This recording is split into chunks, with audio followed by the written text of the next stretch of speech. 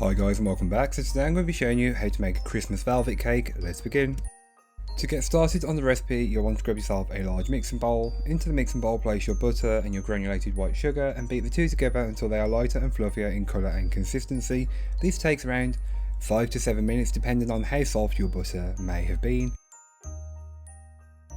You can then go ahead and add in your eggs one at a time, beating well in between each addition, and as you incorporate the eggs you'll notice that the mixture changes in consistency. This is completely normal due to the amount of moisture being added, and again, if it splits or looks a bit curdled, don't worry too much, it's completely fine. You've added a lot of moisture into the mixture when it wasn't expecting it.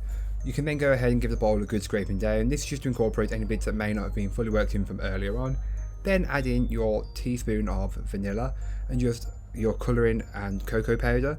So for the green velvet I'm using the holly green, and it'll give you a darker green, but that's what I'm looking for. I'm looking for a muted kind of vintage green colour like this, kind of like a swamp green. I know, not the most appetising colour, but then you can go ahead and start alternating between your buttermilk and your flour and just continue with the two. So it should take you between 2 and 3 additions of each until it's fully incorporated.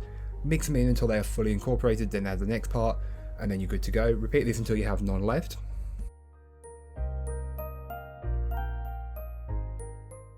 You can then give the bowl another scraping down just to incorporate any bits that may not have been fully worked in from earlier on. Normally this is the dry ingredients due to them sticking at the top and sometimes at the bottom of the bowl, so ensure that you give the bowl a good scraping down. Then you can go ahead and add in the bicarbonate of soda and the vinegar. So you'll want to place the bicarbonate of soda on first, followed by the vinegar, and then just pour the vinegar over the bicarb and allow it to fizz. Let it sit there for a few seconds, then stir it into the mixture just to incorporate it, being careful not to overmix. You'll then want to transfer this mixture into your cake tins, and I'm using 6-inch cake tins which have been lined with some parchment paper. And again, you don't have to line your tins, you know your tins, mine, I know they need lining. Not these ones, but I always do it anyway just for ease later on. You can weigh the batter into the tins, or like I've done here, you can just do it by eye. It was pretty accurate, you couldn't really tell if one was more filled or less filled. It's perfectly fine. Spread and level out the cake batter and then just set aside while we make the red velvet layer.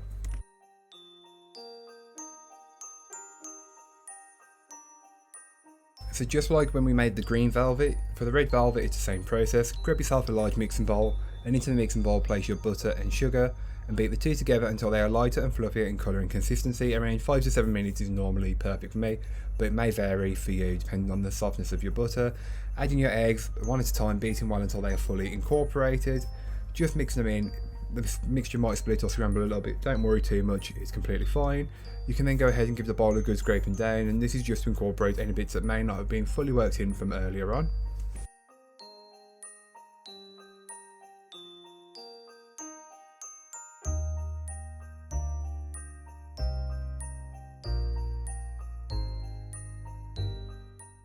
You can then go ahead and add in your cocoa powder, your vanilla extract and your food colouring. For the food colouring I'm using the Sugar Flare Christmas Red, as it gives off the perfect red, the colour red I wanted anyway. If you want the perfect red it's normally the red velvet, but this one is perfect as it gives me that kind of darker red, which is like the more muted kind of vintagey coloured, what I'm looking for, which is like, as you can see.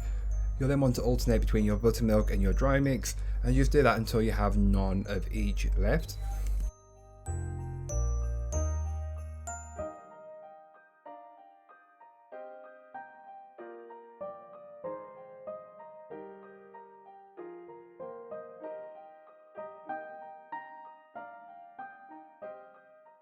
You can then go ahead and give the bowl another good scraping down. This is just to incorporate any bits that may not have been fully worked in from earlier on, such as colouring, dry ingredients or even wet ingredients. So just give the bowl a really good scraping down just to get those bits and work them in.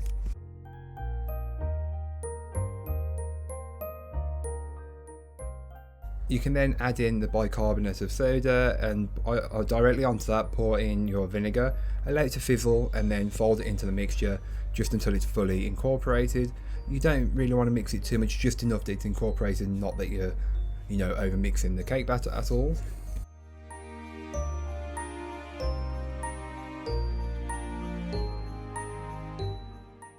You can then go ahead and grab your 6-inch cake tins, which have been lined with parchment if needed, and split the batter between the two tins. I always normally weigh it, but for this opportunity I just took the chance and eyeballed it, and it turned out pretty well. But if you want more accurate measurements, if you don't trust yourself, always use a scale and you'll get a much more accurate result.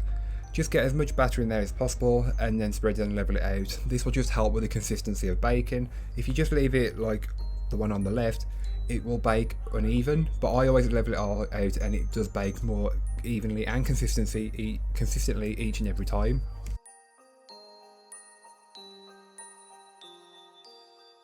You can then go ahead and grab your red velvet and your green velvet cakes and place them into the oven. All of the baking times and temperatures and everything else that you will need will be in the blog post, which will be linked down below, so don't forget to check them out. Then place this into the oven and bake them off and allow them to cool fully before you intend to use them. For the buttercream, I'm making my Italian meringue, which is a really quick and easy buttercream. Into a bowl, place in your egg yolks and whole egg and whisk on a medium-high speed until it's quadrupled in volume.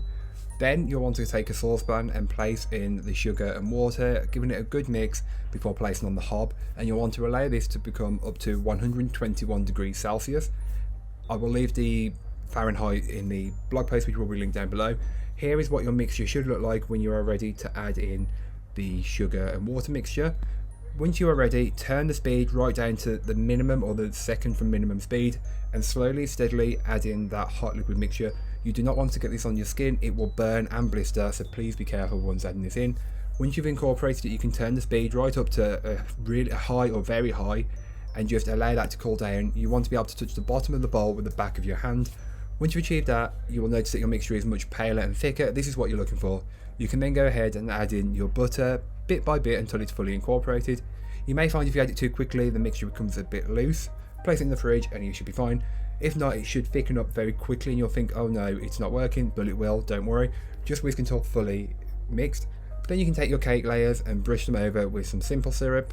It's a very, as it says, simple syrup of equal parts sugar and water brought to a boil. You can add flavourings in if you really want to. You could add vanilla, cocoa powder, whatever you wanted, just to add a bit more flavour, but this is just to add some moisture into the cakes, as then it will last longer and taste better. So to start the assembly of the cake, you want to take your board or plate and place it onto a turntable. Smear a small amount of buttercream into the centre and place your first layer of cake on. Just press it down to secure it in place and top that with a generous amount of buttercream.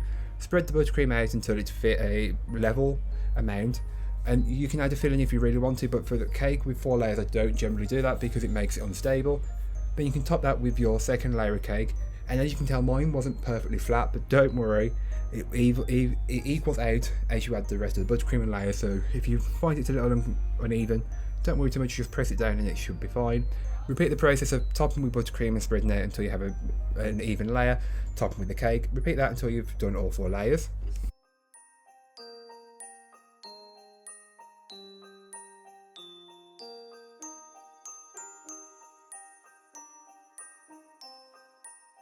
I normally do a crumb coat, but for this cake I didn't. I just took the buttercream, coloured it and placed it directly onto the cake. This is a method that you can do as my cakes wasn't very crumbly. I piped green, red, and I put red directly on top as well. But again, it's completely up to you how you layer your cake and how you colour your cake. But this is what I went with. There are scrapers that can help you get more consistent layers if you're looking for that. But it doesn't need to be perfect. It's the holidays, people will appreciate the treats that you make for them.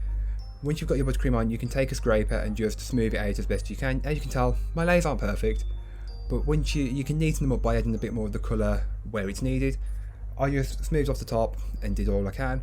Then I took these sprinkles which I brought at Cake International. These are the OCD or Obsessive Christmas Disorder sprinkles. They're a really good mix, and I just placed a border around the bottom. Again, this you don't have to do this, but it's completely optional. But I wanted to use these sprinkles up, and they actually added a little more of a Christmassy feeling to the cake. Not needed, but I wanted to. Then I'm placing on a drip. I'm not making a ganache or anything like that. I've just brought a jar of white chocolate spread from the supermarket and warmed it up in the microwave. You can place it into a saucepan over a medium heat and then place it into a piping bag for convenience and just pipe the drip all the way around the edge of the cake. You can do this or you can make a ganache, but this is much easier during the holidays. I place it in the fridge to firm up for around 20 minutes, then place the buttercream into a bag with an open star nozzle and pipes on my rosettes.